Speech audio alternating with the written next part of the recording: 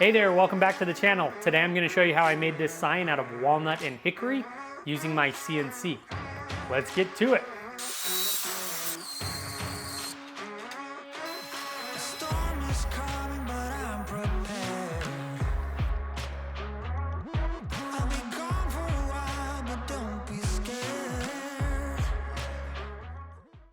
Now, after seeing the intro, if you haven't guessed already, I'm changing the name of my shop to the Salt City Workshop. Later on in the video, I'll give you a reason why I decided to move away from the Poor Man's Workshop and rename it the Salt City Workshop.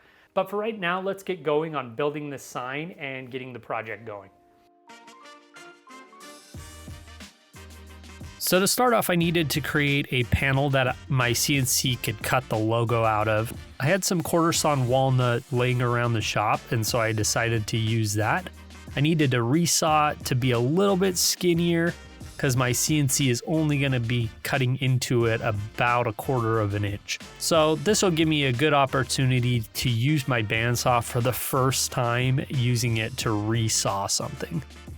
So I milled down all of the edges and got everything ready, and then used my bandsaw to resaw it in half to about 3/8 of an inch originally. I don't have a resaw fence, and so it was a little nerve-wracking at first, but it ended up working out just great. If I had a resaw fence, I'd have a little bit better of a cut, but nothing that the planer and joiner couldn't clean up. If you don't know, this bandsaw is the new addition to the shop. It's not brand new, it is used, but I'm super excited to have a full-size bandsaw in the shop, finally.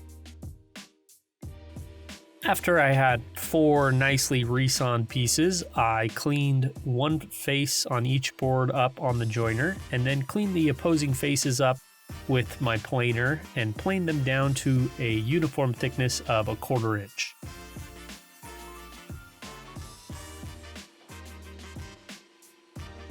Next, I glued all 4 pieces together to create one uniformed panel.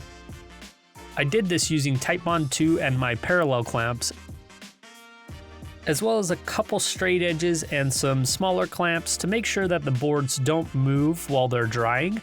That way I'll have a completely flat panel. Honestly, this is probably the skinniest thing I've ever glued together edge to edge. So I just made sure that I took my time and made sure the boards were straight with those straight edges, just so that I could reduce the amount of sanding I would have to do and reduce the amount of waste I would have to take off the board afterwards. I also used a little bit of Starbond, CA glue, and activator just to fill in some of those imperfections as well. Once it was dry, it was time to do some sanding, and more sanding. I went from 80 grit sandpaper up to 220 just to make sure that everything was all sanded down, because I wasn't going to have an opportunity to sand this after the CNC had cut the logo out from it. After I was done, I had this nice looking walnut panel. After that, it was time to get all the hickory all cut down for the backer board. I decided to use hickory instead of maple because I had a lot of hickory just kind of laying around in the shop, and hickory has a really awesome grain pattern. I decided I was going to have the grain of the hickory go up and down, while the grain from the walnut and the actual logo is going to go left to right, and so it's going to have a really awesome contrast. Either way, the process of building the backer board or the sign is the exact same process as building the walnut panel, only that the backer board is going to be 3/4 of an inch thick versus the 1/4 of an inch thick for the sign. Some woodworkers would have glued it together in kind of a book match style to keep the continuous grain flow through the board, but I decided to glue it together with the sapwood running down the middle. I thought that was a really cool look, and it'll make a really awesome contrast with the walnut sign. Gluing it is the exact same way. I used Titebond 2 glue and used some straight edges to make sure that the board stayed flat, and wiped off any squeeze out to reduce any sand time. While the glue was drying, I decided to get the sign going on the CNC. So I covered the whole back with some double-sided tape. You could use painter's tape and CA glue method here, but I found some pretty cool double-sided tape that does the exact same thing. I'll make sure I link it in the description below, along with all the tools and materials that I used in this build, so that you can go pick them up if you need to. I then stuck some backer board onto the back of it, and then clamped it all down to my X-carve. After that, I got the file all set up and let the CNC do its thing. At the very beginning, I had an issue with the underline. It didn't stay stuck to the double-sided tape and popped out, so I had to recut that part, but everything else went really smoothly and the sign turned out awesome. So part of the reason that I'm going away from the Poor Man's Workshop name is because I've had some subscribers comment on how expensive my tools are and that they couldn't, quote unquote, be part of a Poor Man's Workshop. And so I don't want to be confusing to you guys. I want to make sure that I am transparent about what my content is going to be like. Although a lot of my content will be budget projects, I don't want to pigeonhole myself as only budget projects.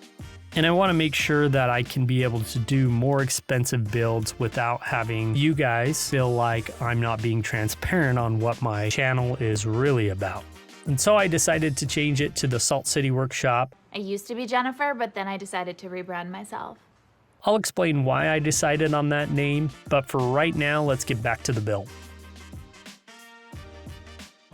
After the glue had dried on the sign, I removed all of the clamps and the straight edges, chiseled off any excess glue squeeze out, and began to sand down the side. The straight edges really make a difference in making sure you don't have a ton of sanding, so I highly recommend it when you're using multiple boards like this to create a panel. I sanded all the way from 80 grit to 220 grit because I won't have an opportunity to sand this after I glue the logo on. I then removed the logo from the backer board and peeled off any excess double-sided tape as well. As you can see, this process is actually really easy, but it does keep everything secure, except the underline, obviously, like I mentioned before. And I think that was mainly because the underline was so small, but everything else just popped right off. And if there were any rough edges that the CNC didn't get, I just kind of cleaned them up with a chisel and a razor blade. It worked really, really well. After that, I squared up the Hickory sign to 20 inches high and 20 inches wide using my table saw. Originally, I was only going to have Hickory on the backboard, but I decided to include a 1-inch border of walnut around the outside. I thought this gave it a really good look and matched really, really well, obviously, with the logo, which is walnut as well. I first glued on 2 parallel edges, allowed them to dry, and then flipped it around and glued on the other 2 parallel edges. Once that was all dry, I did a little bit of cleanup work with a chisel and my sandpaper just to make sure that I didn't have any bits of glue. Really, if you take your time gluing and wipe off any excess glue as you see it, you shouldn't have a huge job to do. But I like to make sure that the glue is all taken care of. I then sanded it all down with 320 grit sandpaper and got it ready for gluing on the sign. Before I actually glued anything on, I made sure that the logo matched up and everything was laid out the way that I wanted it to be laid out. I used the logo that was on my phone to make sure that everything was spaced correctly, because that would be really annoying if it wasn't. Then I used my combination square to make sure the circle was evenly spaced from each side, and then made a couple inconspicuous marks to make sure that I knew where to put the circle back again.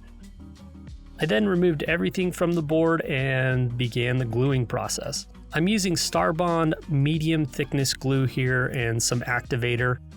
Really, you probably don't need to use activator, but I wanted to make sure that it stayed in place right when I put it down and that it wasn't going to be moving around. I also had kind of limited time to get this all done, so I used the little marks to make sure that I put the circle where it needed to be.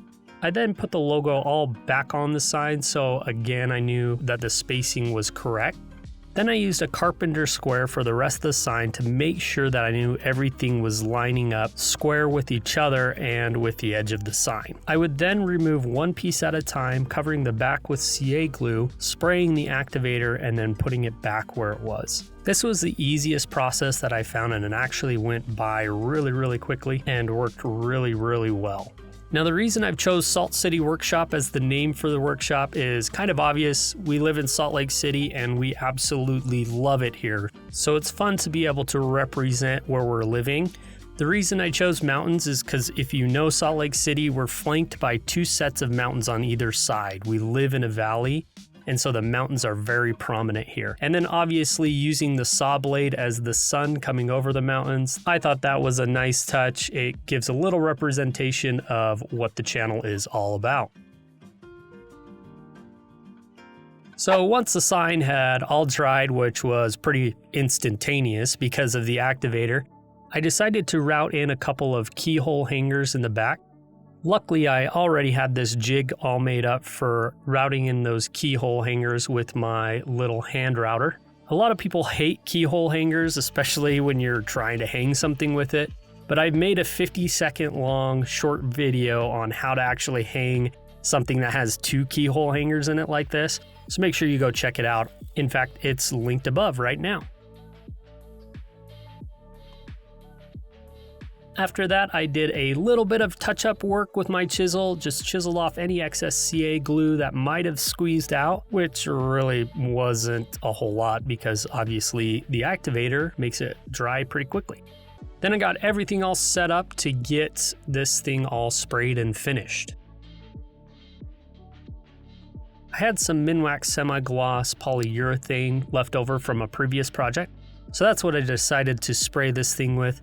I really love how the walnut pops on this. Walnut is my absolute favorite wood to work with, and I love how it always gets darker and the grain just pops anytime you use finish on it. So I did about 3 coats or however many is recommended by the manufacturer on the side and called it good. Once that was dry, it was time to christen the shop with the hanging of our new sign. I decided to hang it kind of in the back of the shop where it'll be visible in a lot of the videos that I shoot in the future, as well as almost every person will be able to see it when they come into the shop, which makes me really happy because I'm super excited about the new name and the new branding for our workshop. Well guys, thanks for watching. I'm really happy with the way that this sign turned out. It turned out a lot better than I thought it was going to, with it being my first CNC project. And I'm really excited about the new name and the new branding of the shop and our YouTube page and all of that. If you haven't had the opportunity, make sure you subscribe, smash that notification button so you'll be notified when we have a new project that goes live. And again, thanks for watching. And like I always say, never stop creating.